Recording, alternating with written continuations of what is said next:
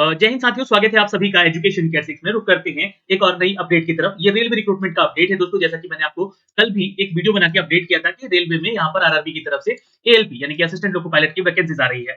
वो short notification था, पर ये डिटेल नोटिफिकेशन हमारे पास आया है, तो मैंने सोचा कि सब कुछ सारी जानकारी आपको रियल वे में यहाँ पे साझा किया जाए। तो ये नोटिफिकेशन का एडवर्टाइजमेंट संख्या है दोस्तों 1/2024। एएलपी यानी कि असिस्टेंट लोको पायलट की वैकेंसी है, जहाँ पे आप छात्र 20 जनवरी से इसके लिए आवेदन कर सकते हैं। 19 फरवरी लास्ट डेट होगा, जैसा कि मैंने आपको कल बताया था, और ये कल से फॉर्म आपका भरा जाएगा। 20 फरवरी से लेकर 29 फरवरी तक आप इसके फॉर्म में करेक्शन भी कर सकते हो, कोई फॉर्म भरते समय गलती होती है तो ये ध्यान रखेगा। ये आपका जो है आरआरबी के ऑफिशियल वेबसाइट पे सारी जानकारी दी जाएगी, तभी आपको करना है। यहाँ पे आपको बता दें कि 5696 पदों की टोटल वैकेंसी है और 18 से 30 साल तक का एज क्राइटेरिया है। मैंने यहाँ पे अपील भी किया था कल के वीडियो में कि सरकार को एज में छूट देनी चाहिए, क्योंकि देखिए 5 साल के बाद यहाँ पर ये वैकेंसीज आ रही हैं, तो इस बीच में जितने भी छात्र पास आउट हुए हैं उनकी एज को लेकर भी थोड़ा सा यहाँ पर ध्यान देना चाहिए सरकार को, आयोग को। और इस बात का तभी ध्यान दिया जाएगा जब बहुत सारे छात्र जो है जाकर रेलवे मिनिस्ट्री को ट्वीट करेंगे और उनसे मांग करेंगे अपनी। जी हाँ, तो यहाँ पे जो है आपका पोस्ट है असिस्टेंट लोको पायलट का लेवल 2 का सैलरी स्केल, यानी 19,900 की बेसिक सैलरी होगी, प्लस मेडिकल स्टैंडर्ड A1 मिलेगा। आपको यहाँ पे बता दें कि दोस्तों ये जो सैलरी है इसमें इंक्रीमेंट होगा, यानी कि लगभग 30,000 के आसपास की आपकी सैलरी बन पाएगी। अब जो भी छात्र एलिजिबल हैं वो आवेदन कल से करेंगे और 19 फरवरी तक शाम के 12 बजे, रात के 12 बजे तक आवेदन कर सकते हैं। अब यहाँ पे जो डिटेल दिया गया है, एक शॉर्ट इंस्ट्रक्शन दिया गया है, जो कि नॉर्मल वे में मैं आपको सब कुछ बता चुका हूँ। यहाँ पे देख सकते हैं एक-एक करके एलिजिबिलिटी को लेकर ये बातें की गई हैं। जनरल इंस्ट्रक्शन है, इंपॉर्टेंट बात यहाँ पे लिखी गई है कि ये जो है केयरफुली आपको पढ़ना है। फिर इसके बाद जो है आपको ऑनलाइन आवेदन करना है। Candidate must ensure that the fulfill all the prescribed educational detail, technical qualification, the post और before closing the date submit the application. मतलब कि आपको जो है फॉर्म को सबमिट कर लेना है, सारा डिटेल पढ़ लीजिएगा, टेक्निकल और एजुकेशन क्या क्वालिफिकेशन मांगे गए हैं, आप एलिजिबल है या नहीं है अप्लाई करने के लिए, उसके बाद ही आप यहाँ आवेदन कीजिएगा। एप्लीकेशन जो है जो मस्ट सबमिट ऑनलाइन, यहाँ पे ऑनलाइन ही सबमिट करना है। और ऑफिशियल आरआरबी की वेबसाइट पे जो कि लिस्ट किया गया है 13 ऐसे हैं यहाँ पे आरआरबी वेबसाइट, जहाँ पे वैकेंसीज की अपडेट दिए जाएंगे। Candidate can apply only RRB only web application, per candidate will be accepted the notified post in the CEN application who submit more than one application against the CEN shall be disqualified। मतलब कि आपको एक ही बार qualify करने, मतलब एक ही बार आपको form को भरना है, एक से ज्यादा बार आपका फॉर्म अगर आपका आता है तो आपको डिस्क्वालीफाई कर दिया जाएगा। यहाँ पे लिखा गया है एलिजिबिलिटी के बारे में कि जो भी कैंडिडेट अपनी एलिजिबिलिटी को अच्छे से पढ़ लेंगे, प्रोविजनली बेस्ड यहाँ पे डिटेल सारे कुछ दी गई है। और यहाँ पे बता दें कि आरआरबी विल नॉट अंडरटेकिंग और undertake detail scrutiny of applicant on the eligibility, therefore candidature will be accepted only the provisionally subject to the filling। मतलब ये फॉर्म अभी निकाला गया है, आपसे फॉर्म भरवाया जा रहा है। इसका मतलब ये नहीं कि आपका सिलेक्शन ले रहे हैं, इसका मतलब है कि आप यहाँ पे जो है एक्सेप्ट कर रहे हैं कि आप यहाँ पे हम लोग एग्जाम दे रहे हैं। ये एलिजिबिलिटी क्राइटेरिया के अगेंस्ट आता है। Candidate must go through the requirement of the education qualification, age, medical standard and the satisfied themselves. ठीक है, यहाँ पे बोला जा रहा है कि जो भी आपके एजुकेशन क्वालिफिकेशन है, एज क्राइटेरिया है, मेडिकल स्टैंडर्ड्स हैं, उनको देखते हुए ही आप फॉर्म को भरिएगा, है ना, नहीं तो बाद में आपको रिजेक्ट भी किया जा सकता है, आपका पैसा भी जा सकता है, ध्यान रखिएगा। डॉक्यूमेंट वेरिफिकेशन के समय सारे वो डॉक्यूमेंट्स की रिक्वायरमेंट होगी जो कि स्क्रूटनी के समय मांगा जाएगा डीवी के टाइम पे आपसे, जो आप यहाँ पे अपडेट करेंगे। खासकर अपने कास्ट सर्टिफिकेट, एज क्राइटेरिया और कैटेगरी को लेकर जो भी डिटेल यहाँ पे दीजिएगा, बहुत ही सावधानी से दीजिएगा। ये बातें सारी यहाँ पे बताई गई। कैंडिडेट जो भी है यहाँ पर एससी एसटी कैटेगरी से या ओबीसी ईडब्ल्यूएस या ईबीसी से, वो आप ध्यान रखिएगा कि अपना जो है सर्टिफिकेट जरूर बनवा लीजिएगा, जाति प्रमाण पत्र, और जिस स्टेट से आप आते हैं उस स्टेट का निवास प्रमाण पत्र वगैरह सब कुछ बनवा लीजिएगा। ये सारी चीजें जो है एप्लीकेशन को सबमिट करते समय आपसे मांगी जाएंगी। मेडिकल फिटनेस में बोला गया है कि candidate must ensure that the fulfil prescribed medical standard for the post of LLP candidate. मतलब कि आपका जो मेडिकल स्टैंडर्ड्स मांगे गए हैं उस चीज को लेकर मैं आगे बताऊंगा अभी क्या क्या चीजें हैं। 18 से 30 साल तक एज कैटेगरी है, जिसके पैरे नंबर 5.1 में इसके बारे में डिटेल दिया गया है। सिलेक्शन ऑफ आरआरबी, या ध्यान दीजिएगा कि जोन वाइज वैकेंसीज निकलेगी, तो किस जोन में कितनी वैकेंसी नोटिफाई की गई है उसके बारे में भी हम जानकारी देंगे। और यहाँ पे during online application candidate will asked create account and the candidate have advise to fill the form. मतलब यहाँ पे आपको एक अकाउंट क्रिएट करना होगा, रजिस्ट्रेशन करना होगा खुद का। रजिस्ट्रेशन जैसे करेंगे आप अपना एक मोबाइल नंबर, एक ईमेल आईडी से करेंगे, जो कि एक्टिव मोड पे होना चाहिए जब तक एग्जाम में खत्म नहीं हो जाता, इस बात का ध्यान रखिएगा। और यहाँ पे देखिएगा तो ये सारा डिटेल दिया गया है ऑफिशियली। और नीचे आते हैं जरा, ये सारा कुछ तो मैंने आपको कल भी बता दिया था, लेकिन आपका सिलेक्शन के बारे में थोड़ा सा ध्यान से देख लीजिएगा। यहाँ पे वो कैंडिडेट सेकंड स्टेज के लिए शॉर्टलिस्ट किए जाएंगे, जो कि आरआरबी का सीबीटी का फर्स्ट एग्जाम देंगे। और इसके बारे में बता दें कि 15 टाइम्स यानी कि 15 गुना छात्रों को सिलेक्शन किया जाएगा। जैसे कि 5600 समथिंग यहाँ पे जो वैकेंसीज हैं उसका 15 गुना छात्रों को सिलेक्ट किया जाएगा स्टेज 2 के लिए। उसके बाद दोस्तों आपको बता दें कि it will be based on the merit of the CBT 1, marks will be normalised in the stage of examination. जैसे जैसे एग्जाम होगा, तो अगर मान लीजिए एक से ज्यादा शिफ्टों में एग्जाम होता है तो नॉर्मलाइजेशन की प्रोसेस लगाई जाती है, मल्टीपल शिफ्ट होते हैं तो सीबीटी 2 जो होगा दोस्तों ये इन्फॉर्म करेगा थ्रू द ऑफिशियल आरआरबी आपको लेने के लिए, जो छात्र सीबीटी 1 में क्लियर करके आते हैं। एसएमएस और ईमेल के जरिए आपको इन्फॉर्म किया जाएगा, ई कॉल लेटर दिया जाएगा सीबीटी 2 का। फिर आपको इसमें नेगेटिव मार्किंग भी होगा, ध्यान रखिएगा। There will be negative marking 1/3, ये बहुत ही टफ कर दिया गया है ना, 1/3 यहाँ पे नेगेटिव मार्किंग हो गया है। एवरी रॉन्ग आंसर, है ना, both CBT1 and CBT2 also there shall be no negative marking in the computer based test CBAT। ठीक है, तो यहाँ पे दिया गया है कि there will be negative marking 1/3 mark for every wrong answer in both CBT1 and CBT2। There shall be no negative marking in computer based aptitude test। इसका यहाँ पे क्या मतलब है, तो ये एप्टीट्यूड टेस्ट अलग से होगा, ठीक है, कंप्यूटर बेस्ड एप्टीट्यूड टेस्ट होगा ये सीबीएटी है ना, सीबीएटी। इसमें बोला जा रहा है कि there shall be no negative marking in computer based aptitude है, सीबीएटी ये एक अलग टेस्ट होगा, शायद हो सकता है आपका। तो यहाँ पे देखिएगा उसके अलावा क्या क्या चीजें बैन की गई है इस एग्जाम को लेकर, और ये ब्लूटूथ वगैरह फोन वगैरह सब बैन है, ये सब नहीं लेके जाना एग्जाम में, सब कोई जानता है इस चीज को लेकर, है ना। फिर उसके बाद जनरल इंस्ट्रक्शन दिए गए हैं इस एग्जाम को लेकर, और आगे बढ़ते हैं, जनरल इंस्ट्रक्शन जरूर पढ़ लीजिएगा आप लोग, है ना, बस यहाँ पे टाइम टेकन हो रहा है। ये देखिएगा तो यहाँ पे एक पैरा नंबर में यहाँ पे अपडेट किया गया है कि अगर आप लोगों को कोई गलत फहमी होती है तो आप ईमेल कर सकते हैं, यहाँ पे फोन नंबर दिया गया है, कंफर्म कर सकते हैं इस फॉर्म को भरने से रिगार्डिंग कोई समस्या आती है तो, है ना। तो ये नंबर दिए गए हैं, कॉन्टैक्ट नंबर। वैकेंसीज घट बढ़ सकती है, इस बारे में जानकारी दी गई है, और एसएबी में इसके कंप्लीट जोन वाइज वैकेंसीज के अपडेट भी दिए गए हैं। तो यहाँ पे देखिएगा तो मेडिकल जो स्टैंडर्ड A1 का दिया जा रहा है उसमें physically fit in respect distance vision आपका 6/6 या 6 विदाउट ग्लासेस होना चाहिए, नियर विजन 0.6 से 0.6 विदाउट ग्लासेस होना चाहिए, must pass test colour vision आपको पास करना होगा, और ये बाइनोकुलर विजन भी आपको पास करना होगा, फील्ड विजन भी आपको पास करना होगा, तभी जाके आप जो है फिजिकली यहाँ पर फिट पाए जाएंगे। तो यहाँ पे जो है यही आपका फिजिकल स्टैंडर्ड सिर्फ मांगा गया है। फिर इसके बाद देखिए रिक्वायरमेंट की बात करें, एलिजिबिलिटी की बात करें, तो इंडियन होना चाहिए आपका, है ना, और नेपाली है तो भी आप आवेदन कर सकते हैं, भूटान से हैं तो भी आप आवेदन कर सकते हैं, पर उसके लिए कुछ क्राइटेरिया है, और अदर कंट्रीज से आप आए तो भी आप आवेदन कर सकते हैं, बस उसके लिए क्राइटेरिया है। यहाँ पे देखिएगा एज लिमिटेशन की बात की गई है, तो 18 से 30 साल तक के छात्र इसको आवेदन करेंगे, लेकिन जो छात्र ओबीसी में आते हैं वो 3 साल के लिए एज रिलेक्शन मिलेगा, ओबीसी एससी से है तो 5 साल का एज रिलेक्शन मिलेगा आपको। एक serviceman candidate who have put in their 6 month service after attention, ये ध्यान रखिएगा, यहाँ पे 3 साल का आपको छूट मिलेगा जो भी जनरल और ईडब्ल्यूएस में है और एक सर्विसमैन में आते हैं। ओबीसी हैं तो 6 साल का छूट, और एससी एसटी हैं तो 8 साल का छूट यहाँ पे आपको मिलेगा। बाकी कैंडिडेट ऐसे हैं जो कि ग्रुप सी ग्रुप डी के ऑलरेडी जॉब में है, रेलवे स्टाफ है, उनको भी यहाँ पे 40 साल तक का छूट है जनरल में, 43 साल का ओबीसी में, 45 साल का यहाँ पर एससी एसटी में। ये बाकी जानकारी आपको दी गई है। आप कैंडिडेट फीमेल हैं तो भी आपको छूट है, आप कैंडिडेट अगर कंप्लीटेड कर चुके हैं एक्ट अप्रेंटिसशिप तो भी आपको यहाँ पे जो है अगर 1961 का एक्ट अप्रेंटिस के अंदर आप काम किए हैं, एज में रिलेक्शन आपको मिलेगा, यहाँ पर ध्यान रखिएगा। ये सारी जानकारी एज को लेकर दी गई है। यहाँ पर एक चीज दिया गया है कि डेट ऑफ बर्थ जो है candidate should have between dates, मतलब इन डेट्स के बीच में आपका एज होना चाहिए, जैसे कि जनरल और ईडब्ल्यूएस के जो छात्र हैं 18 से 30 साल का होना चाहिए, लेकिन 2 जुलाई 1994 से लेकर यहाँ पर देखिएगा तो 1 जुलाई 2006 के बीच में आपका डीओ भी होना चाहिए, ना तो इससे आगे ना तो इससे पीछे, यानी कि इसके इन बिटवीन रहेंगे तभी तो आप 18 से 30 साल के कहलाएंगे। तो ये जानकारी है। ओबीसी का भी देख लीजिएगा, ये 2 जुलाई 1991 से है, और एससी एसटी का 2 जुलाई 1979 से है, और ये आपका इन बिटवीन इससे 1 जुलाई 2006 से होना चाहिए। फिर आते हैं दोस्तों नीचे यहाँ पे, और यहाँ पे एसेंशियल क्वालिफिकेशन की जब बात करते हैं तो मैंने इसके बारे में भी कल जानकारी दी थी कि जो भी आपका यहाँ पे एनएसएल ए में दिया गया है, candidate must have already prescribe education and technical qualification from a recognised institute और university at the last date 9 February 2024, यानी कि 19 फरवरी 19 फरवरी से आपका सारा जो है कंप्लीट होना चाहिए, जो भी क्वालिफिकेशन यहाँ पे मांगे जा रहे हैं। आइए समझते हैं यहाँ पे कि क्वालिफिकेशन क्या क्या है, एनएसआर को भी देखेंगे, लेकिन एग्जामिनेशन फी यहाँ पे आपसे 500 रुपए लिए जा रहे हैं, और 250 रुपए जो है आपको कैटेगरी वाइज छात्रों को, SC ST, ex serviceman, female, transgender, BC EBC category के आप आते हैं छात्र, तो आपसे यहाँ पे लिए जाएंगे।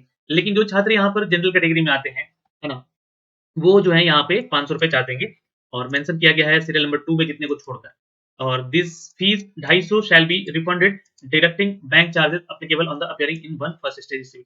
तो यहाँ पे देखिएगा ये 250 रुपए आपको वापस भी कर दिए जाएंगे इनको, इस कैटेगरी वाले छात्रों को, जब वो अपीयर करेंगे फर्स्ट स्टेज सीबीटी में।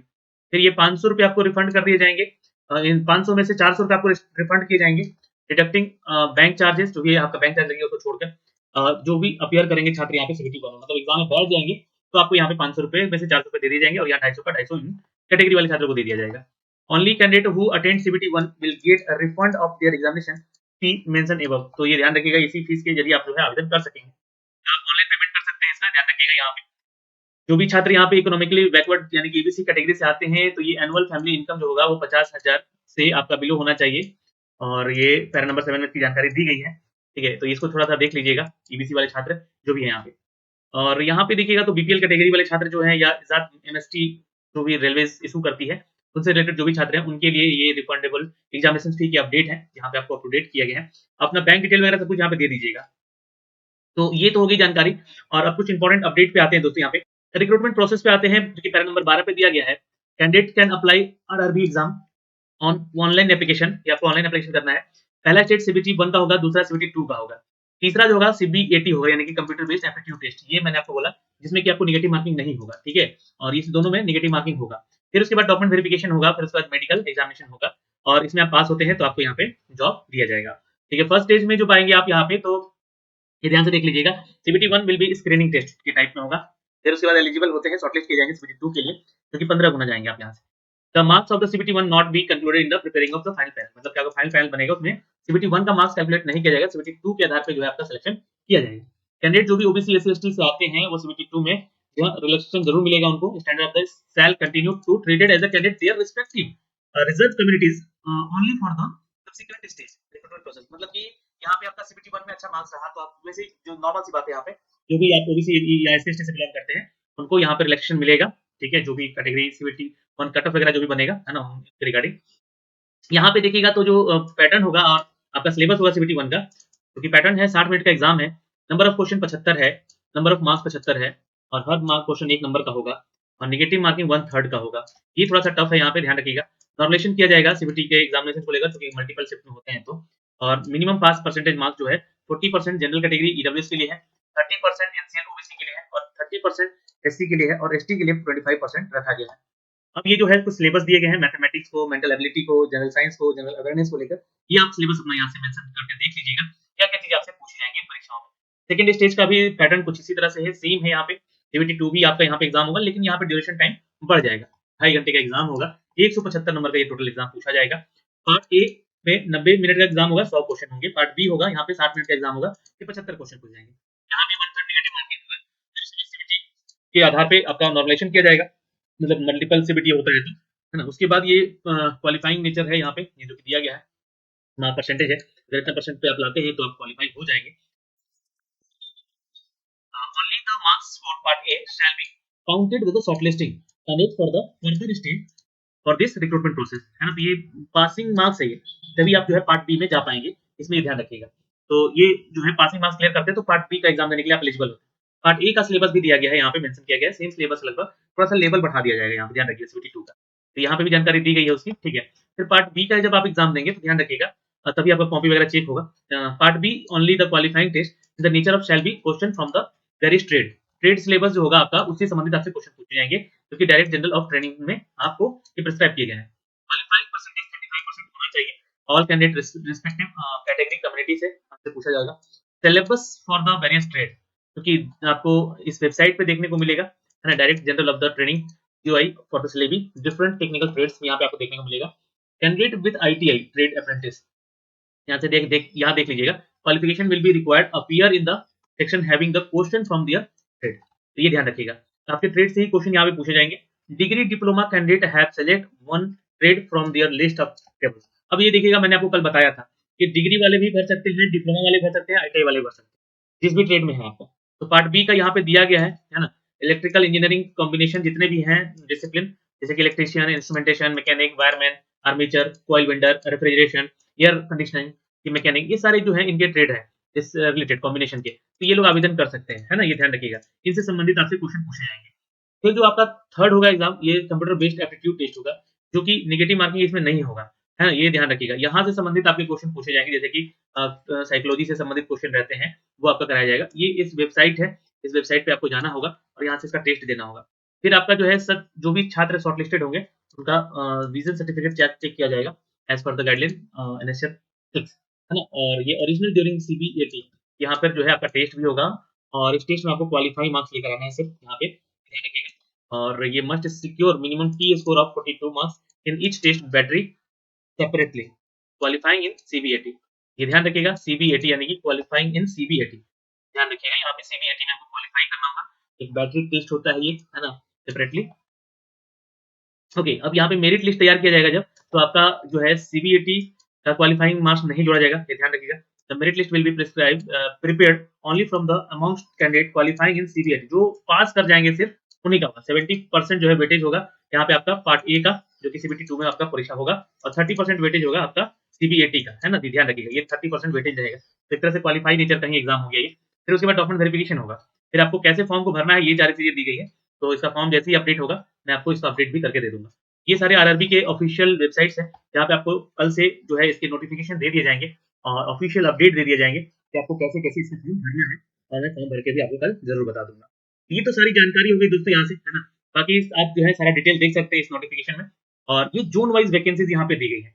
तो ज़ोन वाइज़ वैकेंसीज़ में देखिएगा तो अहमदाबाद में यहाँ पे टोटल वैकेंसी 238 है, अजमेर में 228 है, बैंगलोर में 473 है, 219 भोपाल में है और 65 यहाँ पे वेस्ट रीजन में है, 280 आपका भुवनेश्वर में है, बिलासपुर में 124 है, 1192 यहाँ पे बिलासपुर के या ईस्ट रीजन में है, ये ध्यान रखिएगा। चंडीगढ़ में यहाँ पे जो है 66 है और चेन्नई में 148 है, 43 यहाँ पे गोरखपुर में है, 62 जो है यहाँ पे आपका दिया गया है सॉरी यहाँ पे देखिएगा 62 दिया गया है गुवाहाटी में, है ना? और जम्मू श्रीनगर में दिया गया है 39, 254 यहाँ पे जो है आपका कोलकाता में है, 91 यहाँ पे कोलकाता के ईस्ट रीजन में है। तो ये ध्यान रखिएगा और फिर उसके बाद देखेंगे तो मालवा में है, मुंबई में है 411 और 110 और यहाँ पे 26 ये 3 रीजन है यहाँ पे मुंबई के, ये तीनों रीजन में इतने हैं। मुजफ्फरपुर में 38 है, पटना में 38 है, प्रयागराज में 241 है और नॉर्थ रीजन में यहाँ पे 45 है प्रयागराज के। रांची में यहाँ पे देखिए तो 153 है, सिकंदराबाद में 99 है और सिकंदराबाद में ही यहाँ पे 559 भी है और सिंगरौली में 67 है और तिरुवनंतपुरम में 70 है। तो टोटल मिला के यहाँ पे 5696 पदों की टोटल वैकेंसी है। ज़ोन वाइज़ और कैटेगरी वाइज़ यहाँ पे वैकेंसीज़ दी गई है और यहाँ से आप लोग इसको चेक ज़रूर कर लीजिएगा। पर यहाँ पे अगर देखिएगा तो हर एक स्टेट में बस इतनी-इतनी वैकेंसी है।